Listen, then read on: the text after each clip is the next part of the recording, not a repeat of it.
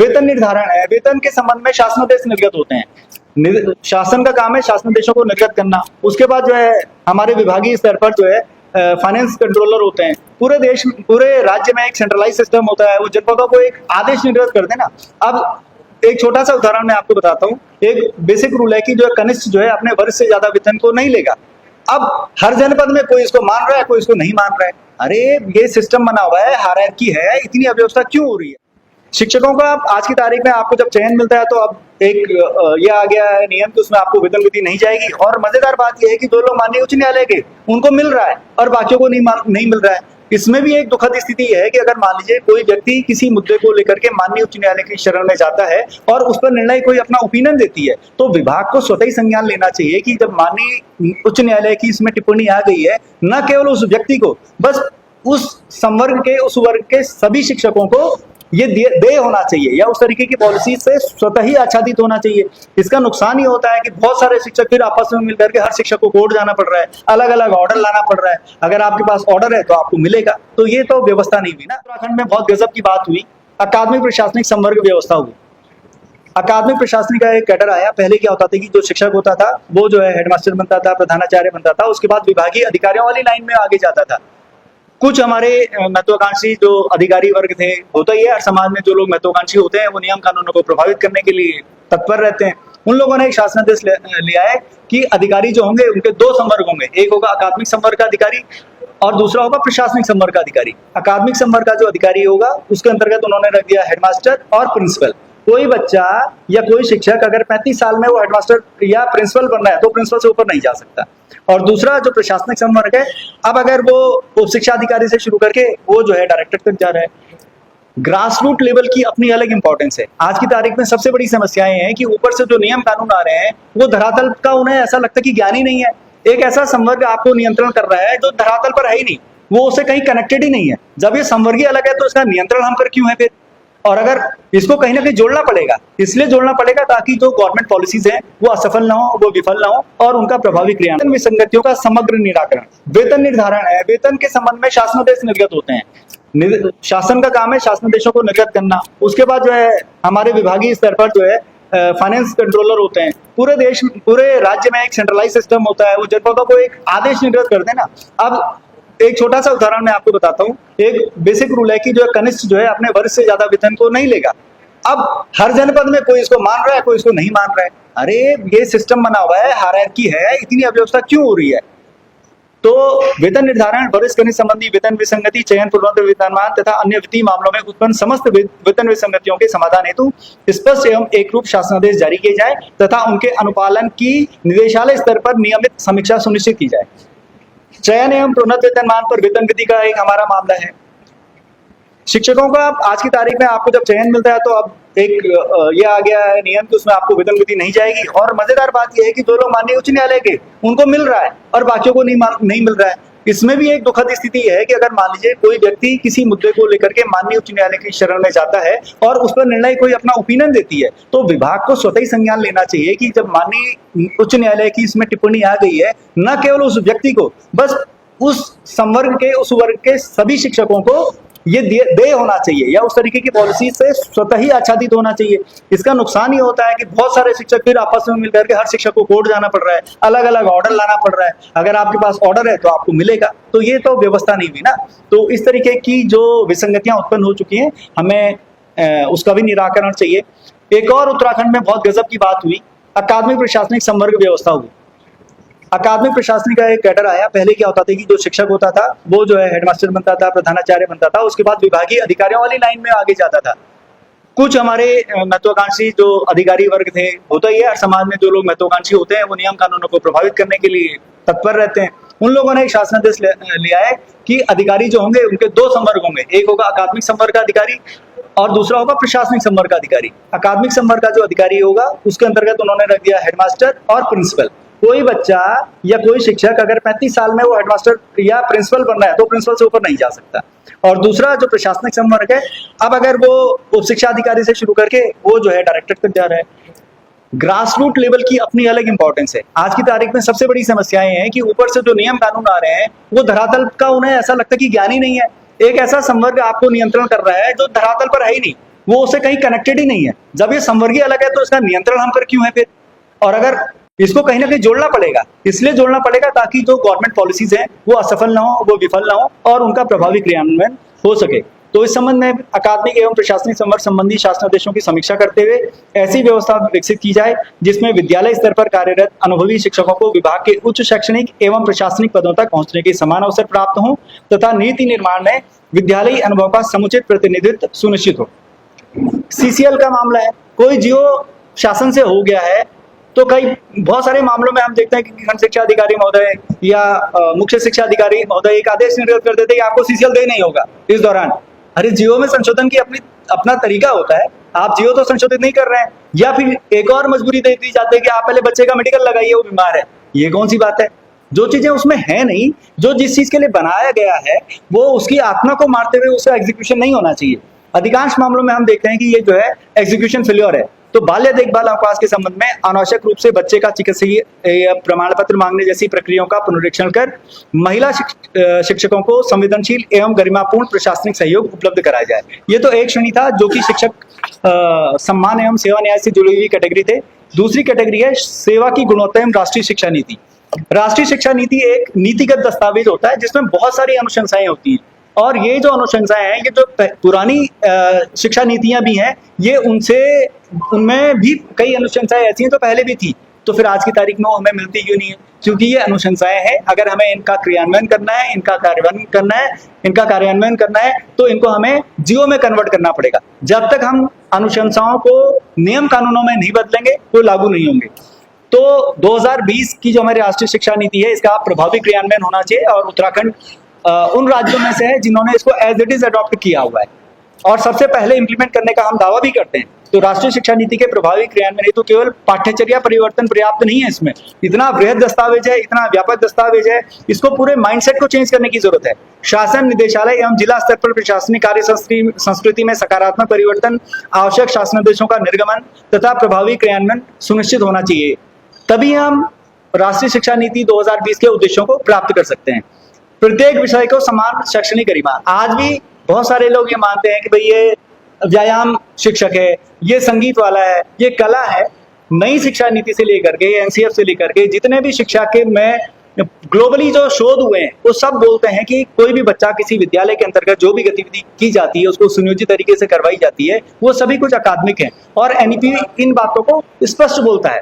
NEP में ये बात कही गई कि सभी विषय समान है। मुझे मान लीजिए अगर मुझे इतिहास पढ़ना है और इतिहास के साथ अगर मैं केमिस्ट्री पढ़ता हूँ तो उसमें स्पष्ट लिखा हुआ है कि आप इस दोनों की वैल्यू सेम होगी, दोनों के मतलब मूल्यांकन का तरीका अलग हो सकता है, लेकिन एकेडमिक जो वैल्यू है ये सभी विषयों की समान है।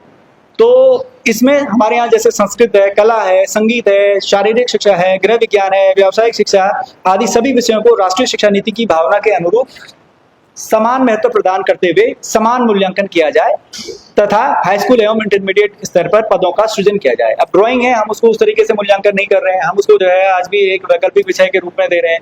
तो इसका जो मूल्यांकन होना चाहिए ये अन्य विषयों की भांति होना चाहिए। ऐसे इन सभी विषयों के जितने भी नए विषय हैं जिनको हम मुख्य धारा का विषय नहीं मानने का एक परसेप्शन है, ये परसेप्शन तोड़ने के लिए राष्ट्रीय शिक्षा नीति में स्पष्ट निर्देश दिए गए हैं।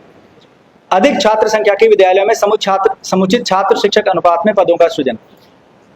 आप अधिकांश हम देखते हैं कि आप सभी लोग जाते हैं विद्यालयों में, छात्र संख्या गिर रही है, ये हो रहा है, वो हो रहा है, लेकिन आपको पता है कि हमारे जो परफॉर्मिंग स्कूल्स हैं उसके लिए भी हमारे पास कोई योजना नहीं है। बहुत सारे ऐसे विद्यालय हैं वहां पर 1000 के आसपास बच्चे हैं लेकिन शिक्षक वही उतने कम। तो एक इस तरीके की व्यवस्था होनी चाहिए जहां बच्चे अधिक हैं वहां पर शिक्षकों का स्थानांतरण आसानी से किया जाए, वहां पर पदों का सृजन किया जाए। कम से कम हम अपने परफॉर्मिंग स्कूल्स को तो बचा पाएंगे। ऐसे ही एससीईआरटी और डाइट्स का पुनर्सशक्तिकरण करने की हमें आवश्यकता है। एनईपी में बहुत सारे दायित्व, गुणवत्ता का जो दायित्व है वो एससीईआरटी और डाइट को दिया जाता है। कई बार अब अगर आप शासन स्तर पर बैठकों में जाएंगे तो वहां पर जब शिक्षा गुणवत्ता की बात आती है तो बोलते हैं कि ये तो हमारे यहाँ अलग निदेशालय है, निदेशक अकादमिक शोध एवं प्रशिक्षण, इसके बारे में वो बताएंगे, लेकिन एक्चुअल में ये सब एक इंटीग्रेटेड होते हैं। तो एससीईआरटी और डाइट का जो दायित्व है 2020 की अनुशंसाओं के अनुरूप यहाँ पर शिक्षक प्रशिक्षण, अनुसंधान, नवाचार, पाठ्यचर्या विकास एवं शैक्षणिक नेतृत्व के उत्कृष्ट केंद्रों के रूप में विकसित किया जाए तथा विद्यालयों के साथ उनका सतत अकादमिक सहयोग सुनिश्चित किया जाए।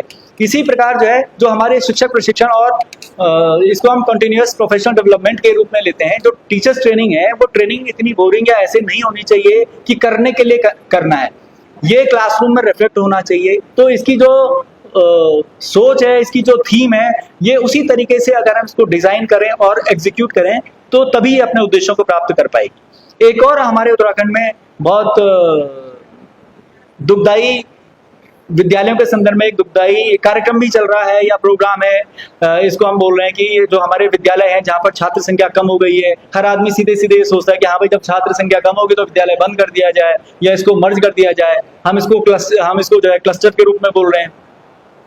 विद्यालयों में छात्र संख्या कम है तो हमें उसके सुदृढ़ीकरण के लिए कार्यक्रम चलाना चाहिए। तो इस संबंध में हमारा मत है कि विद्यालय केवल भवन नहीं होता है, ये स्थानीय समाज, संस्कृति, समुदाय एवं भविष्य की पीढ़ियों का शैक्षिक केंद्र होता है। अतः विद्यालयों के संरक्षण को प्राथमिकता दी जाए। क्लस्टर के नाम पर विद्यालयों का विलय अथवा बंद किए जाने के स्थान पर उन्हें शैक्षणिक, आधारभूत एवं मानव संसाधनों की दृष्टि से सशक्त बनाया जाए। जरूरत क्या थी? न्यून छात्र संख्या के प्रत्येक विद्यालय के लिए विद्यालय पुनर्जीवन योजना होनी चाहिए, जहाँ छात्र संख्या भी हो गई। अगर अब आज की तारीख में गांव में ऑलरेडी लोग कम है तो वहां का जो बच्चा वो कहाँ जाएगा? बहुत सारे बच्चे ऐसे हैं उनकी मजबूरी हो गई शहर में भी सरकारी स्कूल हैं, लेकिन दिक्कत होती है शहर को अफोर्ड करना। बच्चा यहाँ आएगा, उसका हजारों का जो है रहना खाना पीना ही चला जाएगा, तो बाकी खर्चा कहाँ से अफोर्ड करेगा? तो हमें एक प्रोग्राम चलाना चाहिए, स्कूल रिवाइटलाइज कैसे करें, रेदर देन कि हम जो है इनके मर्जर की ओर, क्लस्टर को देखें। उत्तराखंड के पर्वतीय क्षेत्रों में विद्यालयों का संरक्षण केवल शिक्षा का प्रश्न नहीं बल्कि पलायन रोकने, ग्राम्य जीवन को सशक्त बनाने और राज्य के संतुलित विकास का प्रश्न है। सरकारी विद्यालयों में घटती छात्र संख्या का समाधान। अक्सर आप सुनते होंगे गुरुजी पढ़ा नहीं रहे, अब छात्र संख्या गिर गई तो उसके लिए एकल जो है गुरुजी थोड़ी जिम्मेदार हो जाएंगे। ये एक मैनेजमेंट है और ये फाइनल आउटकम है कि हमारे यहाँ छात्र संख्या गिर रही है। बहुत सारे इसके कारण है। घटती छात्र संख्या के कारणों जैसे पलायन, प्रधानाध्यापकों की कमी, शिक्षक, हमें चॉइस बनना पड़ेगा। हम मजबूरी नहीं है, हमें चॉइस बनना पड़ेगा। तो इस दिशा में एक ठोस रणनीति की जरूरत है, ठोस प्लानिंग की जरूरत है। हो सकता है वो प्लानिंग 2 साल बाद, 3 साल बाद सामने हमें दिखे, लेकिन हमें इसको प्लान करना चाहिए। समय पर पाठ्य पुस्तकों एवं शैक्षणिक संसाधनों की उपलब्धता होनी चाहिए प्रत्येक। और समय पता है कि जब किताबें हम ही छाप रहे हैं तो ये समय पर विद्यालयों में मिलनी चाहिए ना। हमें पता है हमें विद्यालय को क्या क्या देना है। 1 साल पहले पीएबी में, एडब्ल्यूपीबी में बजट अप्रूव हो जाता है, सब कुछ पता है। तो इसकी तैयारी हमें इस तरीके से करनी चाहिए कि जैसे शिक्षा सत्र शुरू होता है बच्चे को वो सारी चीजें मिल जाए जो हम उसे उपलब्ध कराते हैं विभाग की ओर से। शैक्षणिक सत्र प्रारंभ होने से पूर्व प्रत्येक विद्यार्थी एवं विद्यालय को पाठ्य पुस्तकें, प्रयोगशाला सामग्री, खेल सामग्री तथा अन्य आवश्यक शैक्षणिक संसाधन उपलब्ध कराए जाएं। एक और क्षेत्र जो तीसरा मुझे लगा कि एक तीसरा ऐसा क्षेत्र है जो हमारे डिपार्टमेंट पर जिन पर चर्चा होनी चाहिए, सुशासन एवं प्रशासनिक सुधार। हम अधिकांश विद्यालय इस बात से परेशान है कि हर दिन डेटा मांगा जाता है, एक फॉर्मेट आ जाता है, आप उसमें डेटा भरिए। तो एक बार डेटा उसका बहुत बार आप उपयोग कर लीजिए। हमारे पास विद्या समीक्षा केंद्र बनाया गया है करोड़ों के बजट के साथ। तो जो वन टाइम डेटा पॉलिसी है, हमें किस तरीके की पॉलिसी लागू करनी चाहिए। विद्यालयों से एक ही प्रकार की सूचनाएं बार बार प्राप्त करने की व्यवस्था समाप्त होनी चाहिए। विद्यालय समीक्षा केंद्र चाहिए। विद्या समीक्षा केंद्र को राज्य का एकीकृत शैक्षणिक डेटा एवं विश्लेषण केंद्र बनाया जाए ताकि अधिकांश सूचनाएं विभाग वहीं से प्राप्त करे तथा विद्यालयों पर अनावश्यक डेटा प्रेषण व संकलन का बोझ न हो। इसके अलावा सुरक्षा, हम ऑनलाइन के नाम पर इतने इमेच्योर, इतना वीक इंफ्रास्ट्रक्चर यूज कर रहे हैं कि हर बार हम जो है ऑनलाइन एसीआर भरते हैं, फिर आदेश आ जाते हैं कि आप इसको पुनः भरिए। तो जो ऑनलाइन प्रस्तुत सेवा एवं अन्य सेवा अभिलेखों के सुरक्षित डिजिटल संरक्षण, उनकी ट्रैकिंग एवं सत्यापन की एक समेकित व्यवस्था विकसित होनी चाहिए। समयबद्ध निस्तारण प्रणाली, ये सब जगह है, इसको हम रेड टेपिज्म बोलते हैं, यानी कि अनावश्यक देरी। शिक्षा के प्रत्येक सेवा प्रकरण के निस्तारण हेतु प्रत्येक स्तर पर समय सीमा निर्धारित की जाए तथा ऑनलाइन ट्रैकिंग प्रणाली विकसित कर अनावश्यक विलंब समाप्त होना चाहिए। माध्यमिक शिक्षा निदेशालय में सशक्त विधि प्रकोष्ठ, अगर हम आज की तारीख में शिक्षा या शिक्षकों के मुद्दों में, विशेष रूप से शिक्षकों के मुद्दों को जब हम देखते हैं तो ये आधे से ज्यादा कोर्ट में लंबित हैं।